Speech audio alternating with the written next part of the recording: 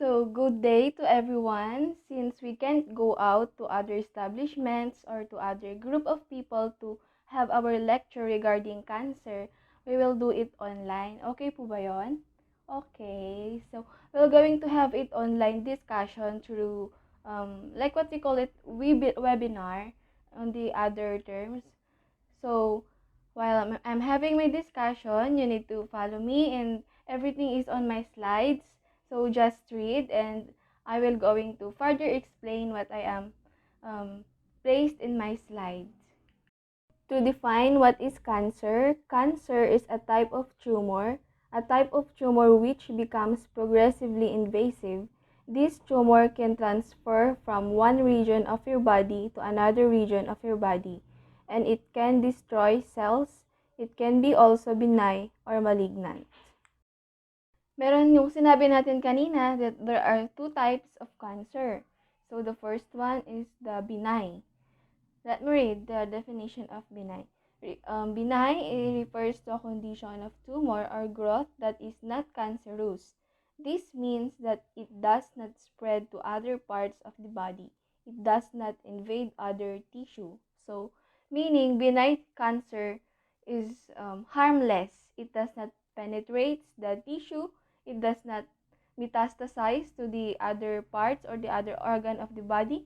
It cannot enter the bloodstream, so no possible metastasize or spreading of the cancer cells. Uh, it does not also invade the tissue. So this is not progressively invasive. And when we also say what is metastasis, it is refers to the spread of cancer cells to the new areas of the body, often by way of the lymph nodes.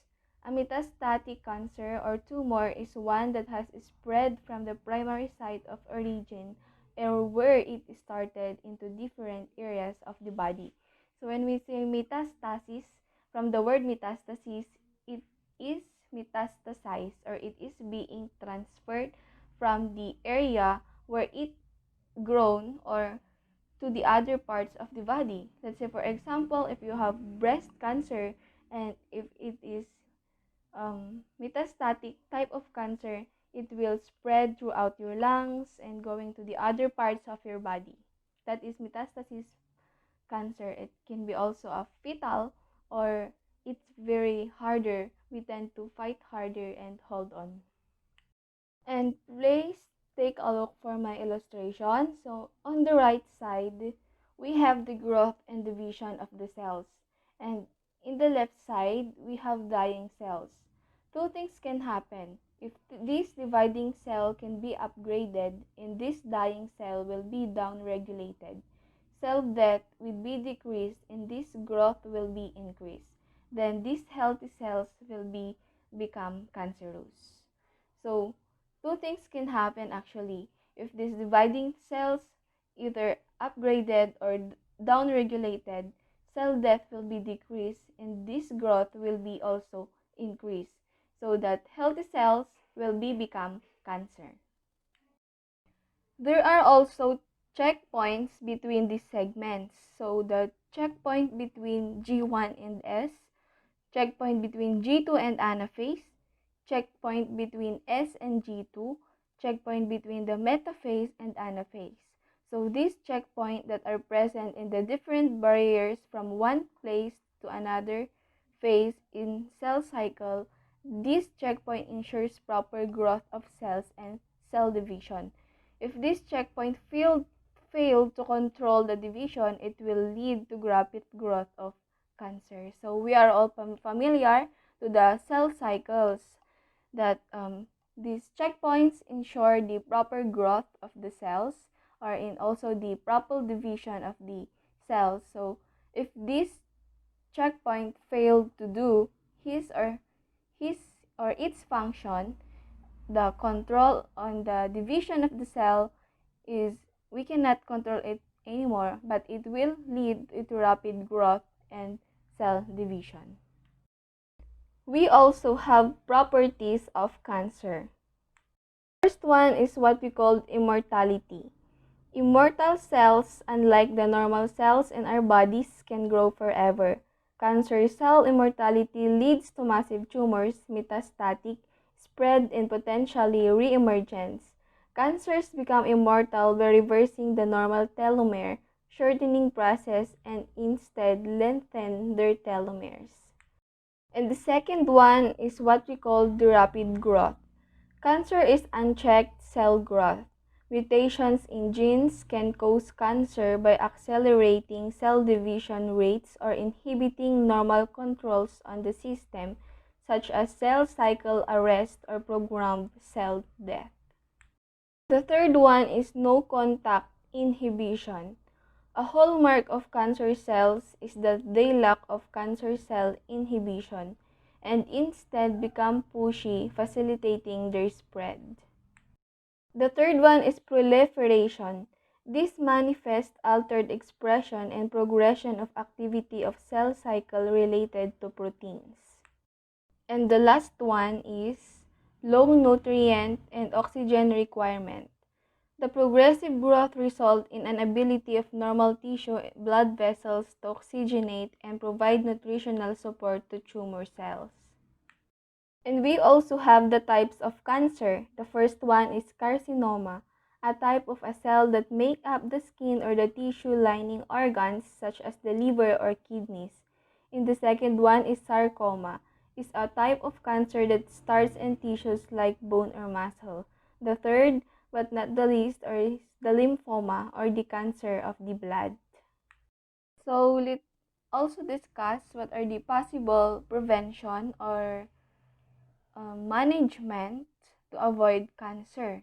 The first one is stop using tobacco and avoid second smoke.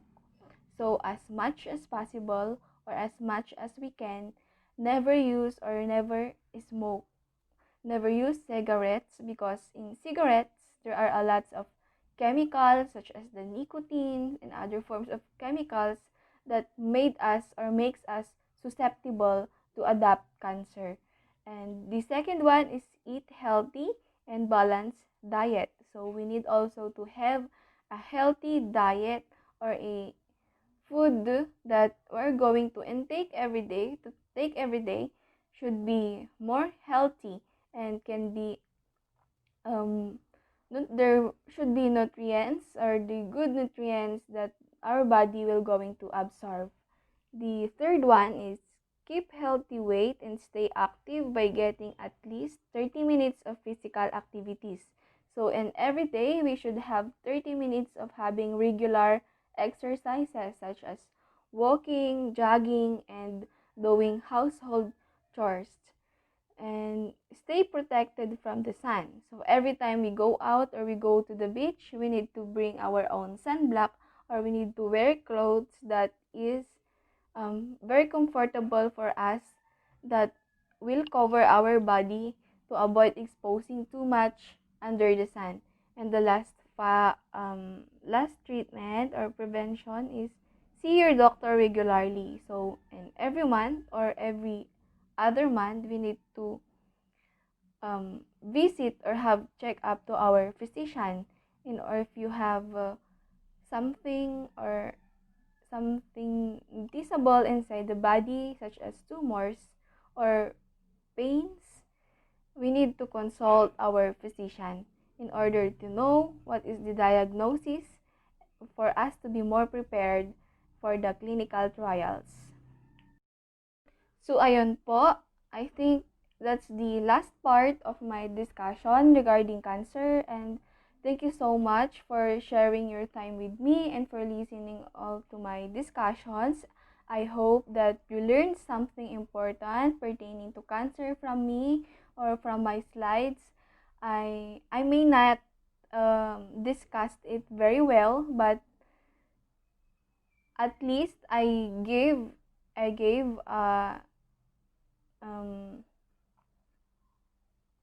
um, important information, or I emphasized important information regarding cancer. So, just read na lang po to gain additional information and knowledge and to supplement also the things that I have discussed today. Thank you so much for listening.